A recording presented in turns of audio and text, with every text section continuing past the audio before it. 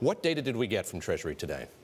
So we got a breakdown of all the OPEC holdings of U.S. Treasuries, and we know that like under that category, the tallies is around 300 billion, and today we know that like of that around 300 billion, 120 actually belongs to Saudi Arabia, and that number actually went up slightly during the oil crisis. So that's an interesting fact that we found out from Treasury today. Put this into some context. We're seeing here who the big holders of U.S. Treasuries are, China and Japan obviously at the top there. Is the number surprising to you in light of what you thought you might see when you got that data? Right. So we always know that Saudi Arabia accounts for a big chunk of that subgroup.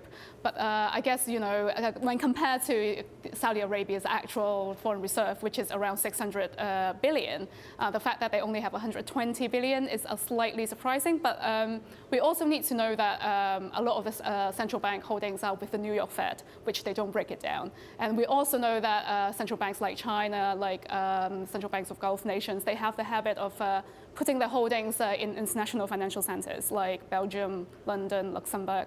So I think it's safe to say that these data don't actually reflect the true holdings of what they really have. Why has this been kept secret for so long? I mentioned more than 4 decades. Why has the government been so secretive about it? Right. So back in the early 70s, we have the first oil shock. You know, the U.S. economy plunged into a recession. The U.S. Was running a huge deficit. And at that time, what we really wanted Saudi Arabia and all these OPEC nations to do was buy our treasuries. It's a way for the government to, you know, recycle these petrodollars and to have these petrodollars come back to the country. And you know, we all know that Saudi Arabia and all these Gulf nations are kind of secretive when it comes to, you know, how much they really have and how much reserve they actually own. So 40 years ago, it was kind of like they have like a secret deal, kind of that you know, okay, we'll buy your treasury, but you can't tell the world how much we're buying.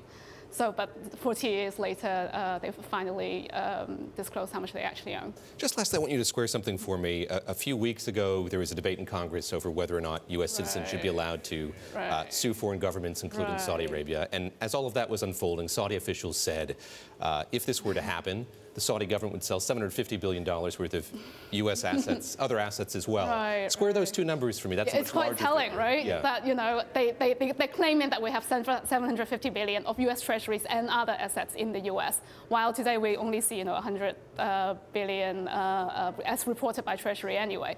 So it really shows, you know, maybe the fact is the truth is somewhere in between. You know, that there are some holdings that are not tracked by the U.S. Treasury, that are not recorded in the official system, but they've been holding it somewhere else.